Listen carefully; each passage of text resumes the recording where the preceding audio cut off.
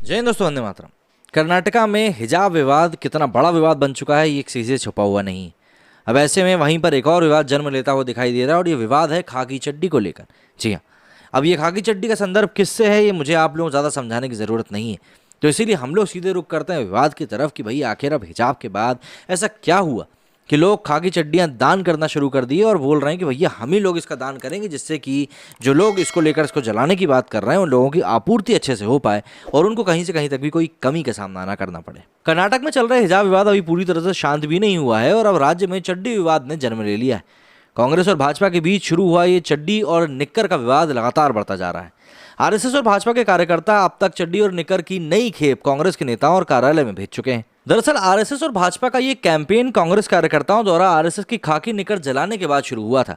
कांग्रेस कार्यकर्ताओं का आरोप था कि भाजपा शिक्षा का भगवाकरण कर रही है। चड्डी और निक्कर के इस विवाद ने कुछ साल पहले आजम खान का अंडरवियर का रंग पहचानने वाली एक आपत्तिजनक टिप्पणी की याद दिला दी। खैर, समाजवादी पार्टी के नेता आजम खान को फिलहाल किनारे रखते हैं और जानते हैं कि हिजाब के बाद आखिर ये जो खाकी चड्डी को लेकर विवाद हुआ है, इससे कर्नाटक की राजनीति के आजम खान आखिर कौन बनकर शुरू आ रहे हैं।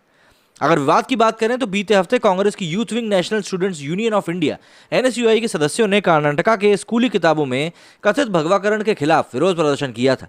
कर्नाटका के शिक्षा मंत्री बीसी गणेश के आवास के बाहर आरएसएस की यूनिफॉर्म यानी कि खाकी निक्कर को जलाया गया। इस मामले में 14 कांग्रेस कार्यकर्ताओं को गिरफ्तार किया गया था, क्योंकि बीसी गणेश ने दावा किया था कि एनएसयूआई के कार्यकर्ताओं ने उनके घर में घुसकर कपड़ों में आग लगाई थी।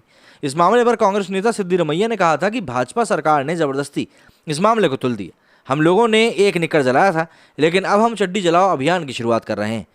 कांग्रेस नेता सिद्धिरमैया की इस धमकी के बाद कर्नाटका में चड्डी विवाद अपने चरम पर पहुंच गया।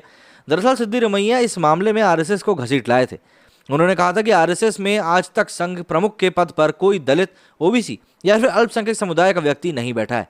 जिसके बाद कर्नाटक के मुख्यमंत्री बसवराज बोम्मई ने कहा कि आरएसएस को कांग्रेस बदनाम करने का अभियान चला रही है। जनता सब जानती है, आरएसएस एक देशभक्त और राष्ट्रवादी संगठन है जो समाज सेवा के काम में जुटा हुआ है। वहीं बीसी नागेश ने कहा कि कर्नाटक में कांग्रेस के पास भाजपा सरकार के खिलाफ कोई मुद्दा नहीं है, जिसके चलते कांग्रेस कर्नाटका में चड्डी विवाद को जन्म दे रही है।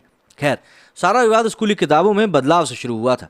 भाजपा सरकार की ओर से बनाई गई रिव्यू कमेटी ने कथित तौर से मैसूर के राजा टीपू सुल्तान, क्रांतिकारी भगत सिंह, समाज सुधारक बसवन्ना, द्रविड़ मूवमेंट चलाने वाले पेरियर और समाज सुधारक नारायण गुरु से जुड़े पाठ्यक्रम को स्कूली किताबों से निकाल दिया है।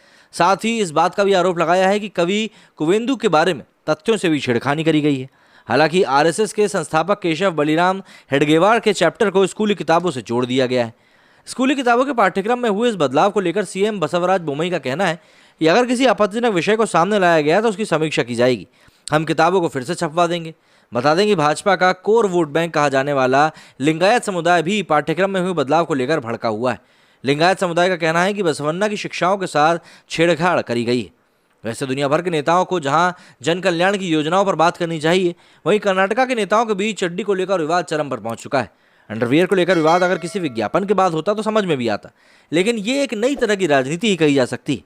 खैर, कर्नाटका का आजम खान कौन है ये तय करना अब आप लोगों की जिम्मेदारी है। आप लोग समझें कि भाई आखिर यहाँ पर इस विवाद को किसने तुल दिया है और किसने नहीं, क्योंकि यहाँ पर परेशानी सबको है, पक्ष वालों को भी और विपक्ष वालों को भी।